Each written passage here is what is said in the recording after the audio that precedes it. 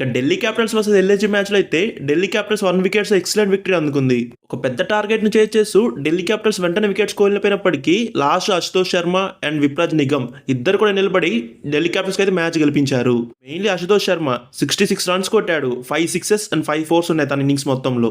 మరోవైపు విప్రాజ్ కూడా క్రూషియల్ టైంలో బ్యాటింగ్ వచ్చి 15 బాల్స్లో 39 రన్స్ కొట్టాడు.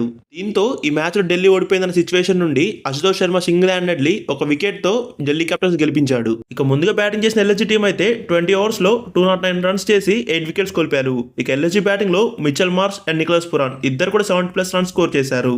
లాస్ట్లో డేవిడ్ మిల్లర్ అయితే ఒక ఫినిషింగ్ టచ్ ఇచ్చాడు. ఢిల్లీ బౌలింగ్లో Mitchell Starc 3 wickets, Kuldeep Yadav 2 wickets తీసుకున్నారు. ఇంకా అంత పెద్ద టార్గెట్ ని చేసేస్తూ ఢిల్లీ క్యాపిటల్స్ అయితే 8 వికెట్స్ కోల్పోయింది. కానీ ఫ్యాబ్ డూప్లిస్ ఒక మంచి క్యామియో ఆడాడు. ఇక తర్వాత Tristan Stubbs, Ashutosh Sharma and Vipraj ఈ ముగ్గురు కలిసి ఈ మ్యాచ్ లో ఒక ఎక్సలెంట్ ఇన్నింగ్స్ ఆడటంతో ఈ మ్యాచ్ లో ఢిల్లీ క్యాపిటల్స్ అయితే ఒక వికెట్ తో విక్టరీ అందుకుంది. అశుతోష్ శర్మ ఇన్నింగ్స్ పై మీ రియాక్షన్ కింద కమెంట్ చేయండి. Thank you.